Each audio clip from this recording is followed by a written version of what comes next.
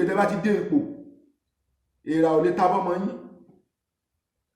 èèrà ò lè ta báyàwó yín, débi ẹran lé yín irọ́ lè wá pa báyìí.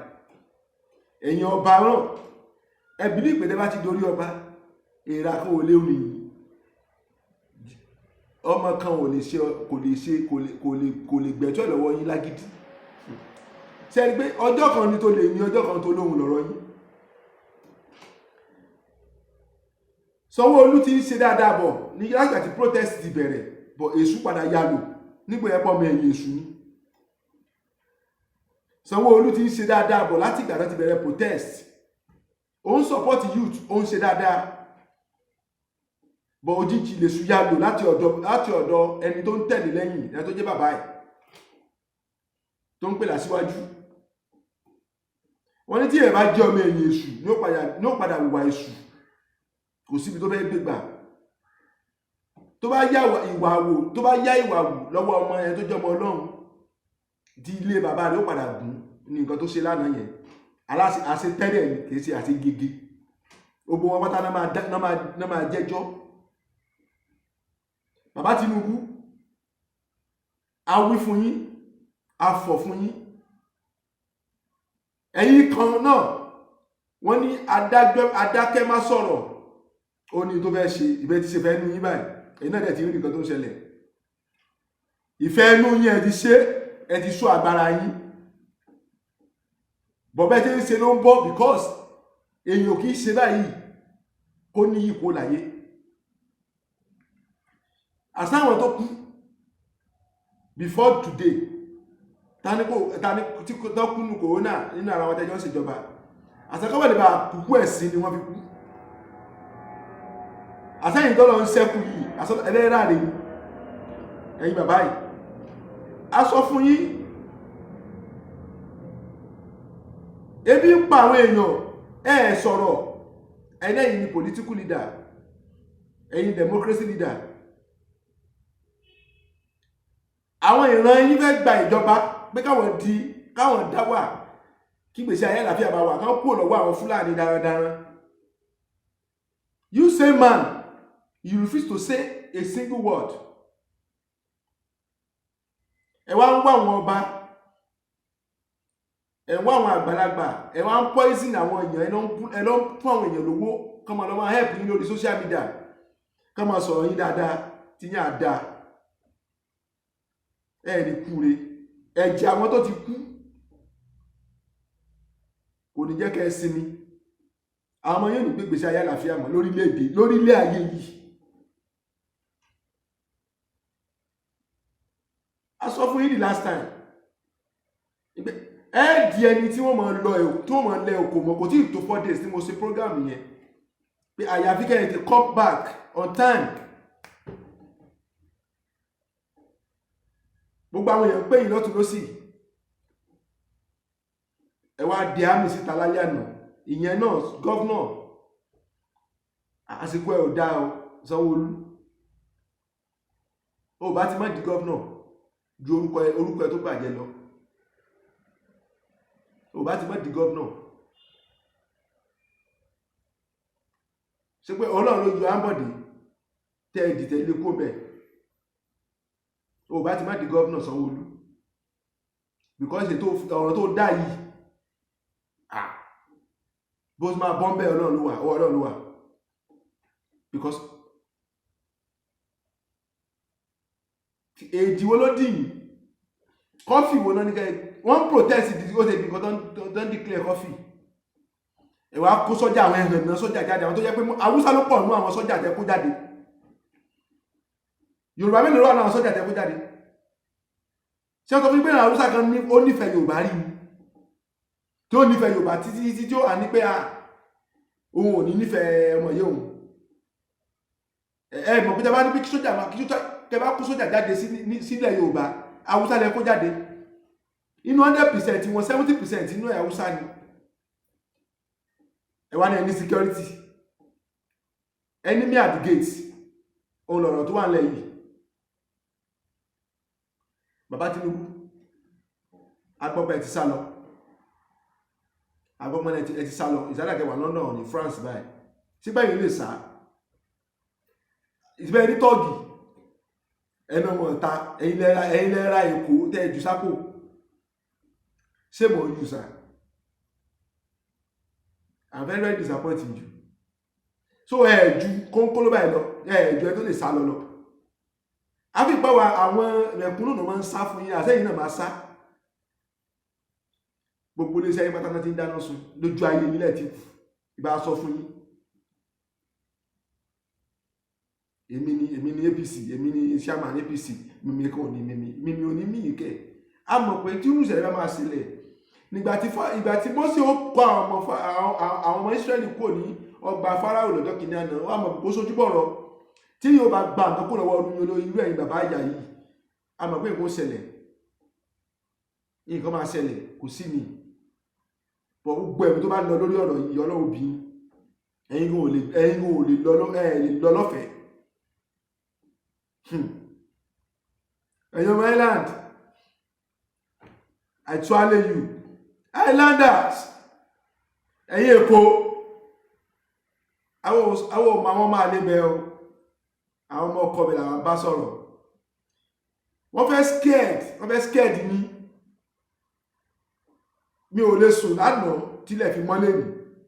I was thinking kí ló máa ṣẹlẹ̀ lọ́la, ṣé ta máa dá ni sáwọn èèyàn ní rìn ni.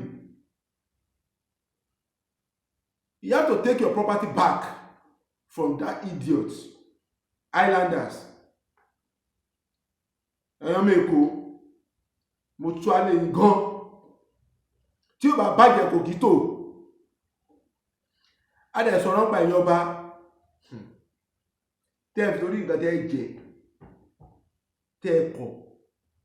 Tẹ́ ẹ wá sojú kankan tẹ́ ẹ ní ẹ̀yin ẹgbọ́n tán. Alálẹ̀ tó ń wó yìí tí ẹ fi ń ba ìlú jẹ́, tí ẹ fi ń gba àbọ̀dé fáwọn èèyàn ní owó yìí gbà tó bá máa fi nà yín. Mo sọ̀rọ̀ yìí kò sí tó 4 days wípé ẹ̀yin ọba yìí alálẹ̀ tí ò nà yín tó ń wò yín ràn tẹ́ fi ń bọjọ́ láwọn èèyàn jẹ́ tẹ́ pé tí ó kàn mí ó ń ṣẹlẹ̀ ní kò dọ́dọ̀ mi ìwà ilẹ̀ ń wù tí ọmọ tálíkà kan bá kú ẹni tí èso ọmọ èèyàn ńlá kan bá ní nǹkan kan bá ṣe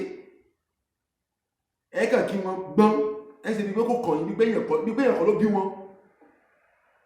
It is your next, it is your turn now. Ẹ̀yin náà máa fojú ara yín rí tó máa ṣe yín. Ọ̀rọ̀ yín dàbí ọ̀rọ̀ tó pe ṣoṣo tó fẹ́ rí ṣoṣo ní báyìí. Ẹ ti wà lórí mátà ẹ ti pẹ́. Kí ló tẹ̀ kí yín kí gbogbo ẹ̀yin ọba Lagos State kẹ́ jókòó together?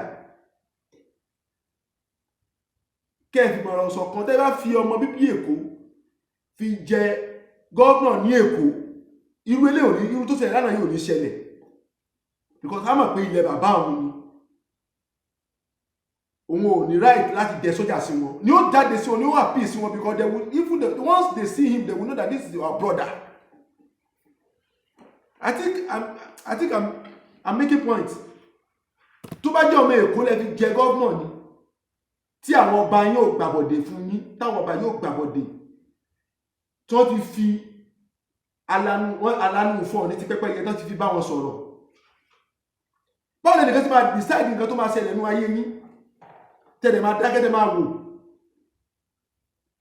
Gbogbo àwọn tó jẹ́ olórí sẹ̀mọ̀rí tó jọ́mọ Èkó tó lè decide tó mọ nǹkan tó ń ṣe tó mọ nǹkan tó lè fẹ́ fún yín ní Lagos State.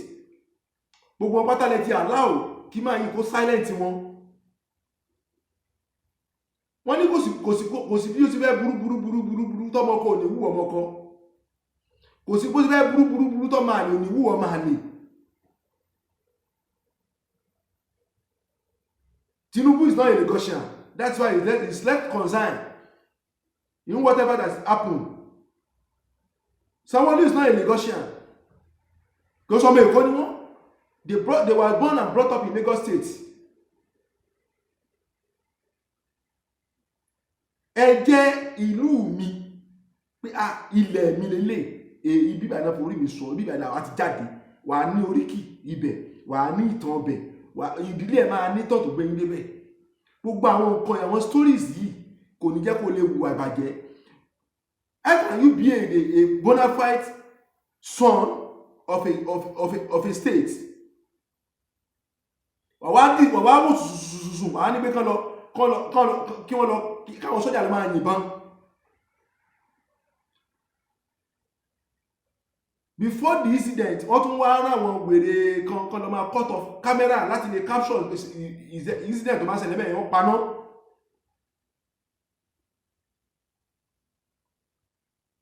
Ìwà ìbàjẹ́, ìwà ìbìkítà. This you people, ẹ̀yin lẹ máa fẹ́ dìbò náà. This same Tinubu náà ló máa fẹ́ dìbò ní Èkó, náà máa fẹ́ ṣe election lẹ́kọ̀ọ́ tó máa kó àwọn tọ́ọ̀gì jáde kọ́ máa distract àwọn èèyàn kọ́ máa dàbí tí ibi táwọn èèyàn ti fẹ́ dìbò fún ẹ tó wù wọ́n. Bàbá ẹni kan náà ló máa gbọ́ àwọn ìwà atrocity burúkú yìí. Kí ló dé? Kí lẹ̀ ń wá? Ẹ̀yin ìmáàmù wa, ẹ̀yin àfáà wa, ẹ̀yin pásítọ̀ wa, ẹ̀yin wòlíì, ojú ayé lẹ́rin yìí o. Ẹ̀yin tẹ́ ń gbàdúrà fún, tẹ́ ń gbàwẹ̀ torí ẹ̀, tẹ́ ń bẹ Ọlọ́run fún, ẹ̀ ń bẹ Ọlọ́run fún Sátánì kó máa ní agbára, kó máa nókun nínú. Ẹ̀yin náà ẹ lọ ṣàtúnṣe o. Ẹ lọ dúró tọ́lọ́run yín, ẹ kú lẹ́yìn àwọn èèyàn, ẹni akọ ni wọ́n, ẹni ègbé ni wọ́n. Gbogbo ẹ̀dá tó bá ti dúró di àbòsí láyé yẹ ẹni ègbé ni wọ́n. Because these are the political people that àwọn náà tó ń háyà tọ́ọ̀gì kan lọ máa da protest rú. Series of videos láti wò.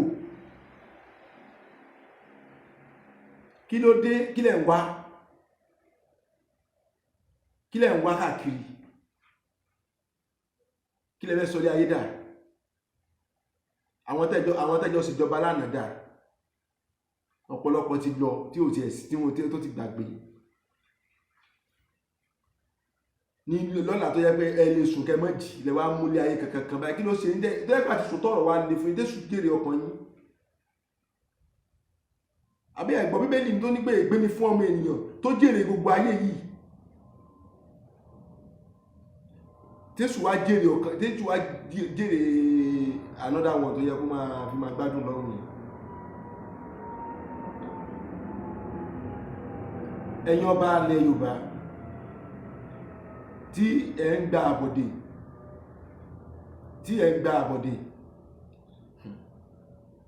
I'm very sorry o. I'm very, very sorry. This end of Oba Akiolu right now should be a very big lesson. And also sit tight. This one Nigeria is a scam. You don't go tipẹ́tipẹ́ or you matter tó ti lọ ni. Ẹ̀yin ọ̀dọ́ ẹsẹ̀ kiri kan. Ẹ gbàgbé. Let these people fight for the rights. We need this. Ẹ̀yin ò lè jáde mọ́, ẹ lè ṣe anything. But the only thing we want from you, ẹ̀yin ọba, ni pé ẹ má gba àbọ̀dè. Ìkànnà ń jókòó láṣẹ lọ́wọ́lọ́wọ́ báyìí. Màá tún gbọ́ information kan ti gbé ọ̀pá àṣẹ lọ. Ìgbà wo ni ọba gò ní dẹ́ tó máa yọ pankẹ́rẹ́ tó máa lù? Tí irú ilé ìbàdàn ti ṣẹlẹ̀, tẹ́ bá ti di pé kó pankẹ́rẹ́ bu ọba kan tán, nu ọba kan tán, fún ọba kan pa. Ṣé ẹ ti rí pé ẹ̀yin yòókù ẹ ní láti sit tight? This is 3 regions ní Yorùbá, Hausa, Igbo. Àwọn méjì náà ò ṣe mọ́, Yorùbá náà ò ṣe mọ́, Igbo náà ò ṣe mọ́. Wọ́n àtẹ̀yìn ìwèrè kan tẹ́ bá torí pé political appointment tẹ́ bá máa wà ní support. Ṣé Sanwó-Olú ò kìí ṣe Yorùbá ni? The benefit ẹ máa benefit tí a bá dá wà as a nation. Ó wà òkè ju ká wà as a country lọ, ká wà as a Nigeria lọ. Gbogbo àwọn opportunity tó yẹ ká rí náà kó lọ sí Abuja. Wọ́n á pawó ní Lagos State port, Abuja náà rú lọ. Ṣé bàbá yàlájà àwọn Hausa ló nu omi tó wà nílẹ̀ Yorùbá ni?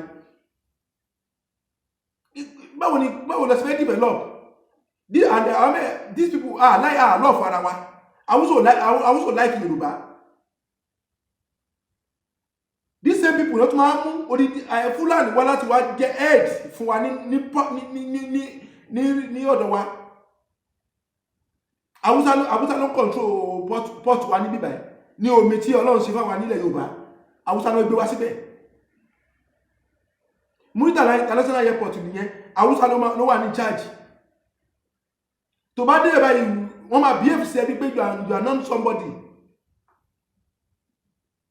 We don't have any recognition in the country as a Yoruba man, as a Igbo man. Irú àwọn èèyàn bẹ́ẹ̀ máa ń give order fún ẹ pé immediate order, wọ́n ní order fún ẹ láti òdìjà kó sọ fún ẹ pé no, you cannot kill your people. Ṣé tó bá jẹ́ kó ní gọ́ọ̀nà tó wà yẹn ò ní ṣe lé ayé ni the money you have is enough for you. 1 year tó ti lò owó tó ti níbẹ̀ ò lè ná tó máa fi kú. Emir of Sanusi nìyẹn ṣe bó tọ́ ọ̀rọ̀ lọ́sọ̀ kan fi yọ́kò lọ́ba ṣé kò survive life ẹ̀ kò live ni. Kó wá sọ fún ẹ pé o ò lè pa àwọn èèyàn o, the only thing ni pé you appeal to them, you talk to them. If you come out, if you come to the protest ground, if you talk to them, nobody will stone you, nobody will embarrass you. They will know that you are for them. Now, don't also gbogbo government party no sun káàkiri sí. Nǹkan tẹ́ ń fẹ́ ilẹ̀ tí ń rí yẹn. Nítorí pé ẹ ti believe pé tí ẹ bá ti pa mélòó nu wọn á sá lọ. Wọ́n ní tí wọ́n bá súyàn tí wọ́n bá léyàn tẹ́ bá fi kan ògiri èyàn wọ́n máa ń yíjú padà sí yàn ni. This is the result. Ẹ̀yin bàbá wa, ẹ̀yin bàbá. Èmi ò ẹ̀sẹ̀ àwọn politician yìí. Ọwọ́ yín gangan ni wọ́n ti kọ́kọ́ gba agbára kan tó wá di alágbára. Àtìlẹ́yìn yìí ló ń sọ wọ́n di nǹkan tí wọn ò tó.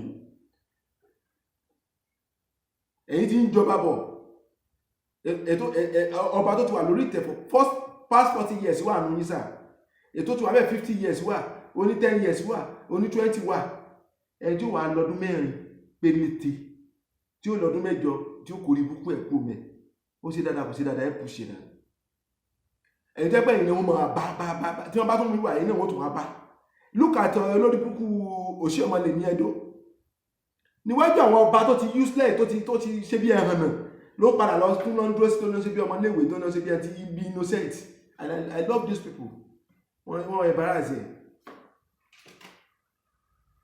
Ẹ̀yin ọba ẹ lọ fálù ara yín, ẹ lọ fálù post tó náà fi ń ṣí. Ẹ lọ fálù ẹ desist lẹ́yìn àwọn bàbá àwọn olórí burúkú yìí.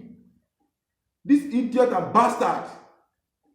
Ẹ bá yẹ bẹ́ẹ̀ bí àwọn yìí ṣòfò. Wọ́n kọ́ ọmọ wọn lọ sí abroad, lọ sí America. Wọ́n kọ́ wọn kó lẹ̀.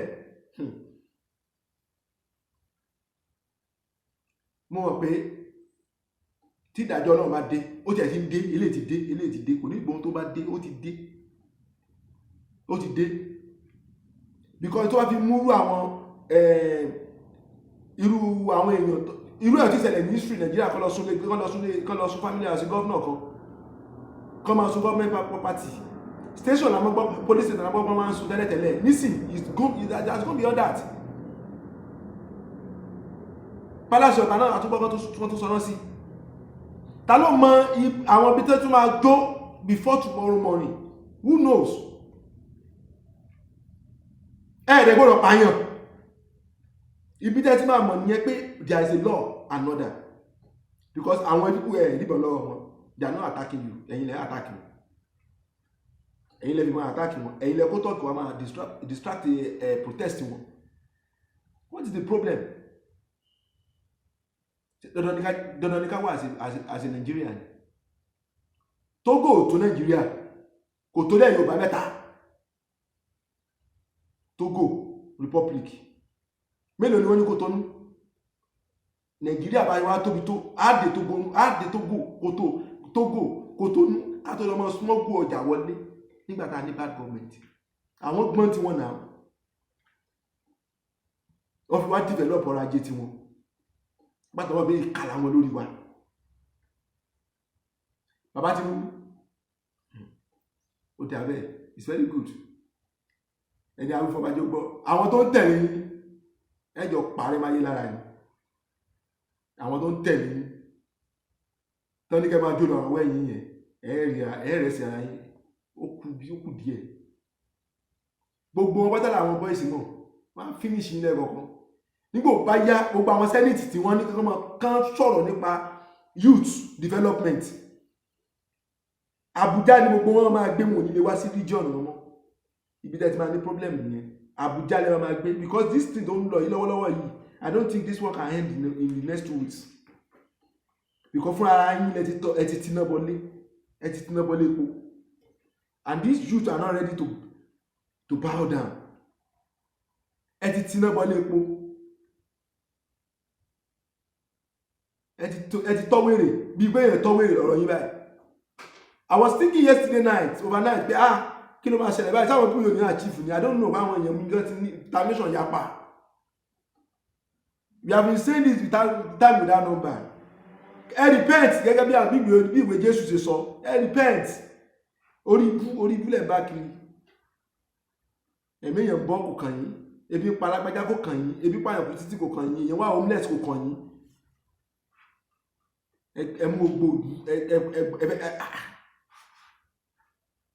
God bless my people mo fi bí wọ́n sùn lẹ́kọ̀ọ́ ni mi mọ̀ pé àwọn èèyàn retí di ọjọ́ kan tí aláàmù máa dún ni aláàmù ti dún wọ́n ti sọ lọ́sọ̀ tẹ́ yìí kẹ́ bá dúró gan wọ́n finá sí lára bàbá lórí yìí bu wọ́n finá sí lára iná máa down body yìí ẹ̀yin àtàwọn mọ̀pọ̀ yìí wọ́n finá sí lára àwọn tọ́ọ̀gì yìí dẹ̀ ń lò bẹ́ẹ̀lẹ̀ ṣọ́dà kan ajáde kan nípa àwọn nìkan èyí tó bá múnú wọn èyí tó bá gbọ́nú wọn kọ́ ya lọ sápamọ́ sínú olè tó bá gbúrú ẹ̀ ara ń ka àwọn èèyàn yìí lọ́tẹ̀ pa fún wa ti tó gẹ́ ẹ̀yin lẹ́pa ọdún COVID-19 pé bí o pa àwọn èèyàn ẹ wá sápamọ́ nígbà tí ẹ sápamọ́ sí ẹ̀ sájáde padà wọn ò wú yín jáde sígbà tí wọ́n sọ lọ́sí ogun properties yìí sí ẹni sọ̀rọ̀ tí bí wọ́n ní kẹ́ ẹ sọ̀rọ̀ ń pa mẹ̀kúnnù ẹni pé ẹlẹ́yìn ṣe politics pé you are not a chief of army staff ẹ̀dẹ̀ mọ́ bí gbogbo ẹ ṣe ń lọ I am 100% assured pé Sanwó-Olú can never do anything without your permission. Sanwó-Olú can never do that. Your hand is there.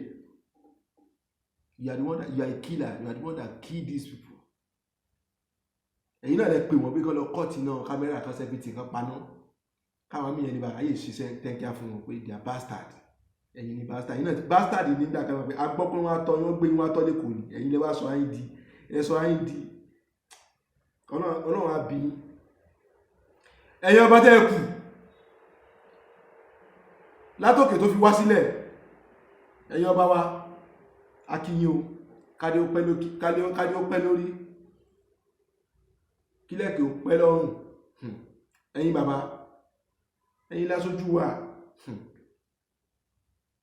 ọlọ́run ní jẹ́ kẹ́ kọ́wọ́ ọ̀dọ́ o níbi pọ́dọ̀ ó fojú yín gbolẹ̀ ọ̀rọ̀ táyé máa gbọ́ lẹ́nu yín lọ́wọ́ yìí ẹ ní ìdájí support Buhari o Buhari is not ready to support you because ẹ fi sípò pé tó bá jẹ́ pọ́ mọ́ yín ni wọ́n pa èyí tí wọ́n kọ́ bẹ́yẹ́ kẹ́ lọ́rùn ní ẹ̀yin kábíyèsí ẹ̀yin ìjòyè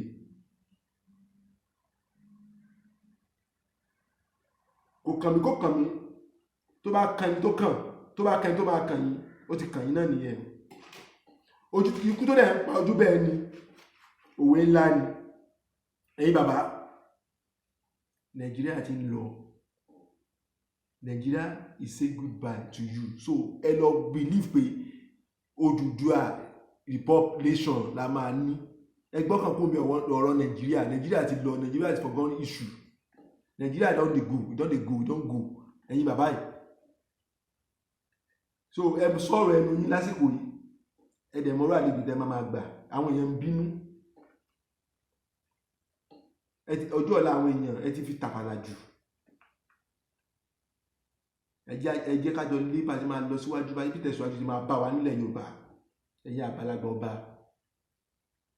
ọba tó bá tó kẹ́fín ẹ̀pẹ́ lábòsí nílẹ̀ Yorùbá mi ìmọ̀ tí ó ṣẹlẹ̀ sí títí àárọ̀ ọ̀la èyí tó jẹ́ tó ń gbàbọ̀dé fún wọn lẹ́kọ̀ọ́ náà ń dáná sun pálásẹ̀ lọ́wọ́ yẹn ara àwọn tó ta èkó fún Tinubu náà sun pálásẹ̀ wọn lọ́wọ́ yẹn láti sọ̀rọ̀ wọn nínú program because àwọn ló yẹ kán sọ̀rọ̀ àwọn yẹn ló yẹ kán sacrifice fún Lagos State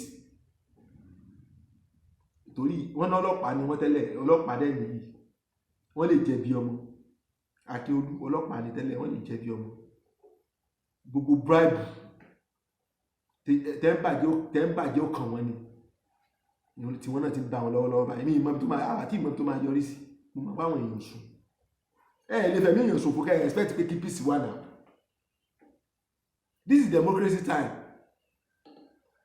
táwọn youth máa ń protest nílùú wọ́n máa ń bẹ̀ wọ́n ni ọlọ́pàá kan máa plead ni this is not Nigeria bí i mo ti rí problem ẹ pé àwọn èèyàn máa protest máa fi bọ́n lé wọn kiri tó bá rí ìgbà election ẹ máa wọ́ ọ mọ́ra ìgbà ilé máa mọ̀ wọn ní leader of tomorrow ẹ wá vote it is your right tó bá fẹ́ dìbò lẹ́mọ̀ pé right wọn ni tó máa ń béèrè pé nǹkan báyìí la fẹ́ lọ́wọ́ gọ́ọ̀mẹ̀ntì wọ́n máa di tout wọ́n máa di hoodlum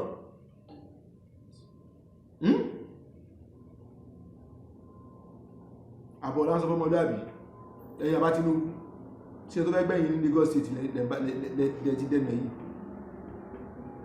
ṣébi tó yẹ kí ọ̀rọ̀ yín padà já sí Lagos State nílẹ̀ Yorùbá nìyí ẹ̀yìn pálábùkù èèyàn ní ẹ̀ ṣe kúre bàbá bójú kọ́tàkọ́tà ẹ̀ láti 1999 ló ti ajá kí Lagos State this 21 years yes if I can remember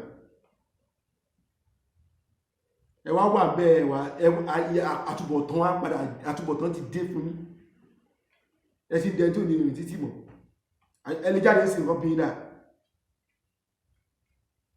wọ́n fi náà sí ilé iṣẹ́ yín káàkiri kò sí ẹ̀yin ló yẹ kí ẹ padà find ara yín kò ìṣọ́ báyìí legacy tàbí ọ̀dà fi sílẹ̀ kọ́ yìí this not legacy tí Awólọ́wọ̀ fi sílẹ̀ because this man ẹ dúró ní platform pé Awólọ́wọ̀ ẹ̀yin Awólọ́wọ̀ nìyí èèyàn Abíọ́lá nìyí èèyàn àwọn tó fẹ́ túbù ṣe nìyí èèyàn criminal ẹ padà dì í because mi ẹ tí ìdìbò kan ní kó jẹ́ peaceful election gbogbo nǹkan tí ò dá láyé lẹ́mọ́ náà wọ́n bẹ́ẹ̀ ẹ̀yin ni wọ́n bá ṣe ń plan bí nǹkan sí máa dàrú àwọn ará Ọ̀ṣun decide pé àwọn fẹ́ ẹ̀yìn bábẹ́ làwọn fẹ́ dìbò fún àwọn ò fẹ́ nǹkan tó jẹ́ mọ́ peace ìyẹn kan náà la bá wọ yín bẹ́ẹ̀ gbà yẹn ẹ̀dẹ̀ ní Yorùbá nìyí leaders ò sí báyìí leadership gidi kò wúwà bẹ́ẹ̀ ṣe wúwà yìí for more than 2 weeks now I think expect kẹ́ sọ̀rọ̀ kẹ́ appeal to Nigeria nígbà tí federal government kò díẹ̀ jáde wọ́n sì ń pe àwọn rep senate ṣe ń pe president kó wá address nation ṣe ni pé idiot nìyí ṣé yóò tí tó fún yín kẹ́ step back ẹ wò pé yes this is rubbish president kẹ́kẹ́ fèsì àwọn èèyàn yín kẹ́kẹ́ wá ìyọnú àwọn Yorùbá ẹ wá ayé tiwa to the extent àwọn apáyàn wọ́n wá ń bí ní èrè ọ̀rọ̀ lórí fún compensation pé wọ́n náà ilẹ̀ rán mi ẹ̀yọ́ ànáta mi ẹ̀ sí for army staff náà ẹ̀ sọ̀rọ̀ bí ẹ tó ti mú ògóró sùn I'm not a chief of army staff now so gbọ́dọ̀ jẹ́ méjì nu ọmọ yín nìbọn bá náà ọmọ yẹn kẹ́ ẹ mọ̀ mọ̀ tó bàbá Fásáròrántí lọ́jọ́ kìíní àrùn ìgbà kan pa ọmọ bàbá yẹn bàbá nǹkan ti ń bọ̀ bàbá yín ẹ̀bí wọ́n ní kẹ́ wọ́n ń sọ fún yín ẹni ẹ̀mí gbọ́ ni nemesis ẹ̀ ti ń kàṣì ní àwọn tó jẹ́ fọ́lọ́wà yín kan yà máa dákẹ́ wọ́n tó bá ètò máa múnú wọn nǹkan ó ṣẹlẹ̀ mí o fóònù amúdání tàbá tó bọ́ sí tàbá tó tàn fóònù sí àti tí mọ̀ bí tó ti ń fi náà sí báyìí kọ́lọ̀ bá wa dáwọ́ bí dúró kó mọ̀ wò tẹ̀sẹ̀ ní ìyá ẹ̀yìn ìyẹn játijàti yìí kó mọ̀ fi ba nǹkan jẹ́ fún wa àmọ̀kù tí wọ́n bá fẹ́ lé yín kó ń lù tẹ́lẹ̀tẹ́lẹ̀ èkó ní rọrùn èkó mọ̀ pé èkó ti bọ́ lọ́wọ́ yín báyìí àbísọ̀ yín gẹ́gẹ́ wá ń lé kiri dẹ́bi torí ẹ̀dà kẹsẹ́ ẹwú báyé àbísọ̀ ti bàjẹ́ tàbí orílẹ̀ ti ṣẹlẹ̀ kan tó dìbò Ondo State ní APC ó wọlé kẹ́ ìwọ̀n ní fi àdá lé Akérédolú pa APC ẹwú báyé pátì ti bàjẹ́ èyí pátì yẹn bàjẹ́ ó bàjẹ́ ló rẹmẹdì candidate wọ́n fẹ́ wá látọ̀dá yìí ní Lagos State mọ̀ sí ìdáwọ́ ẹ̀kọ́ fẹ́ dìbò ẹ̀fẹ́ gbogbo tí ogun èdì ẹ̀fún gbogbo ẹ̀tẹ́ máa ń ṣe kiri tẹ́ fi di àwọn èèyàn bí kan máa nífẹ̀ẹ́ yín tẹ́ máa ti rí pé ẹ tó bá pọn rẹ̀ ní lọ́wọ́ ṣiṣẹ́ fún wọ́n ní wọn ìyáwọ́ ṣe kíní kan wọn ìyá wọn ìsíwọ́lu mi wọn ìsíwọ́lu kíní kan kankan ẹ tó bá pọn rẹ̀ lé ni àbá ẹ pọnra yín lé tó bá mú yín ẹ jẹ pàkẹrẹ bẹ́ẹ̀ ni níyì tó lẹ́sẹ̀ ni wọ́n ṣe bá yín wí ta ló gbọ́ pé wọ́n ti ta ló ti gbọ́ pé wọ́n dì pẹ̀lú gọ́vnà odi stéètì kan ẹni ìbẹ̀rù ẹni ọ̀wọ̀ lọ́nà ń dá wọn gbogbo ẹgbẹ́ ti jẹ́ gọ́vnà ọba ẹni ọ̀wọ̀ ni wọ́n bọ̀ tó bá ti lè kọjá ìyá ara wọn